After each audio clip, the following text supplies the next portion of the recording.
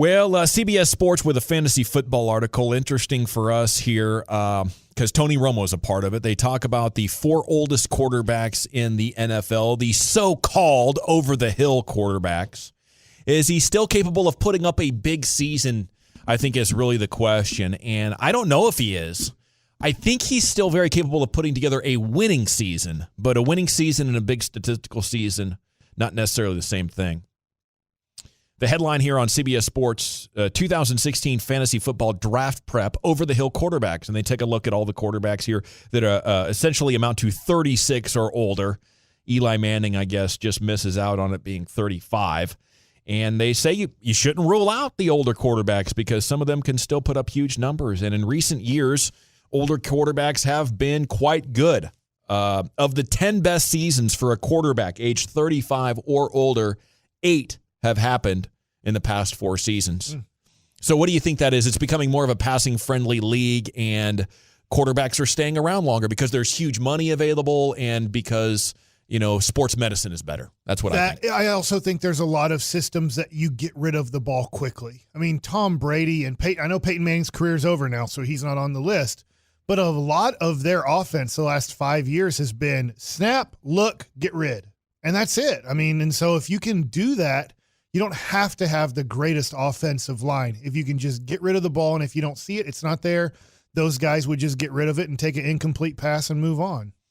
Man, that's something I'd love to see Tony Romo figure out. I mean, for all the great things that he's done, I think it worked for him earlier in his career because he could improvise and stay on the run and make plays with his legs. And then, 12 seconds after the ball was snapped, throw a bomb, and it still happens, and it's beautiful when it does. But I just think with the injury history now, if I was in Valley Ranch, I'd be wanting to talk about things we could do to get the ball out quicker. Obviously running is going to take a lot of the pressure off of him, but in passing situations, I think, do you have to have the receiving core to do that? You have to have guys that can really explode after the catch, and Dez can, and Terrence Williams can. Even though, who did New England have? I mean, they have their Cole Beasley. I know Edelman's better than Beasley, and then they have Gronk. But from that point, he's. Yeah. I wouldn't want Amendola on this team. I wouldn't think he helps this team at all. No, I wouldn't think he'd help either. I think on the other end of the spectrum, there's a lot of quarterbacks coming into the NFL that aren't prepared, and so these older quarterbacks, they last longer because you got to win now. I mean, there's coaches' jobs on the line. Owners want their teams to win immediately. And so you got guys who are like air raid or read option quarterbacks coming into the league. They're not prepared. They don't know the NFL game the way maybe a 33-year-old, 34-year-old quarterback would, and thus that guy's going to keep a job. Yeah. Yeah, the college quarterbacks are less ready than ever. They're less ready because it's a different game in college football. No, you're right. That's a good point. So CBS Sports here, they gave thoughts on all of them. From a fantasy perspective, they say Brady's fine, second best fantasy quarterback last year he was at 38 or so. And there's really been no signs of injury or much of a decline really over the last 6 years since the torn ACL. They say Carson Palmer is fine because he set career highs in a lot of his stats last year. Great weapons. No worries on picking him, although you do have to be kind of concerned with injury. And then they say Drew Brees is still a great pick. And then they get to Tony Romo, and I'll read what they said about Tony. He's the youngest quarterback on the list, but there's little doubt he's also the riskiest.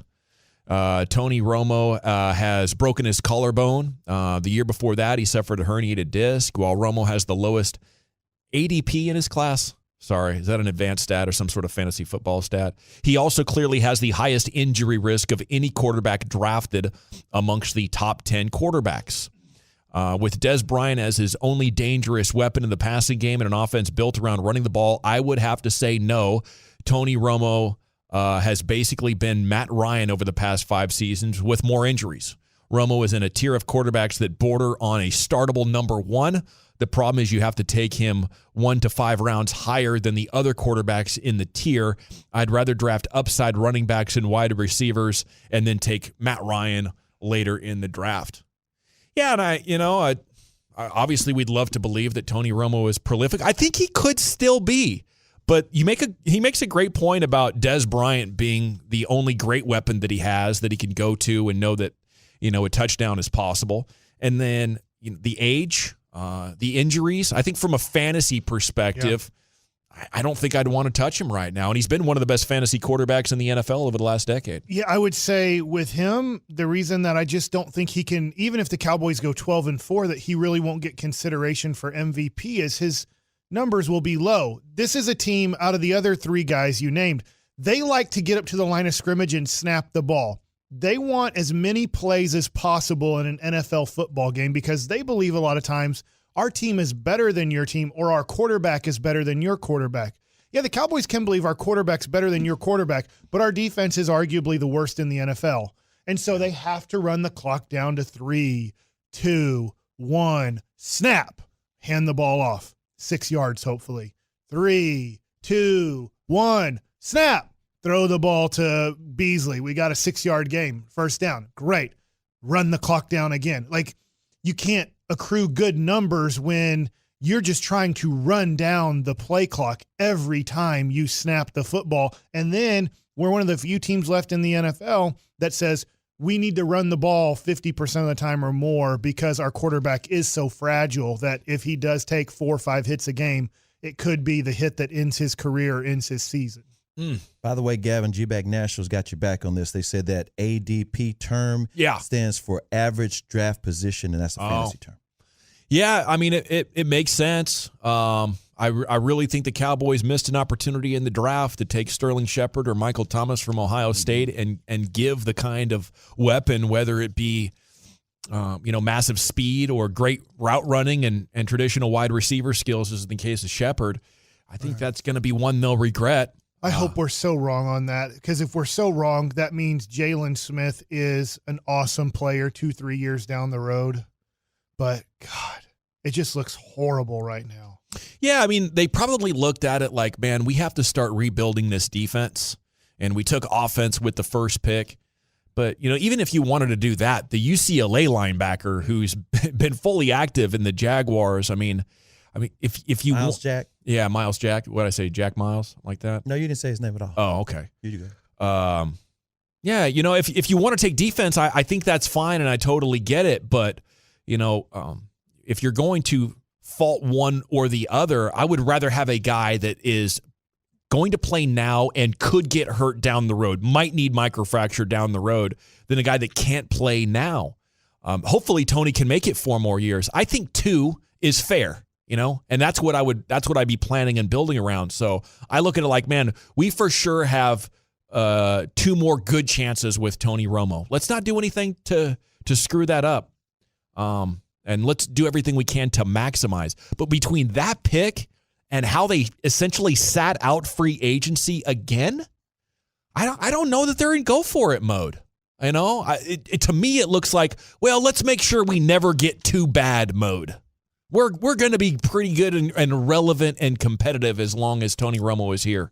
And I don't know, maybe that is the best way to go about things. Let's just make sure we're never bad, because in this NFL, if you're just average or pretty good, you can win the Super Bowl.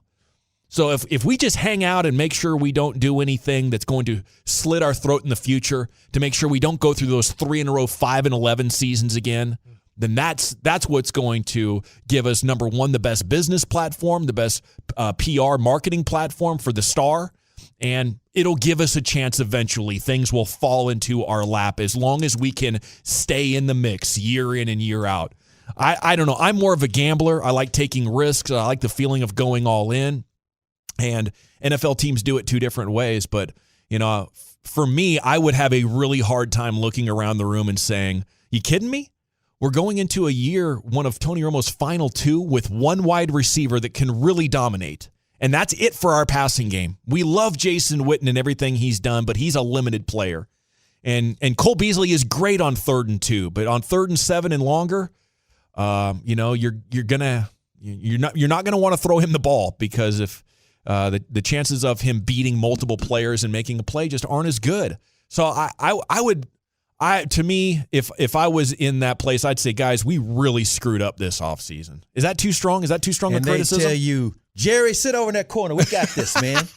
Jerry, don't be rushing Go this. home, Dad. Yeah. Yeah, I guess. I'm with you, too. I wish they had gotten Sterling Shepard, and I wish they would have been more aggressive. Because, again, Jalen Smith may work out, but come on, man. Yeah. I mean, it was good enough for the Giants, and Eli Manning is a year younger and has 2 Super Bowls already.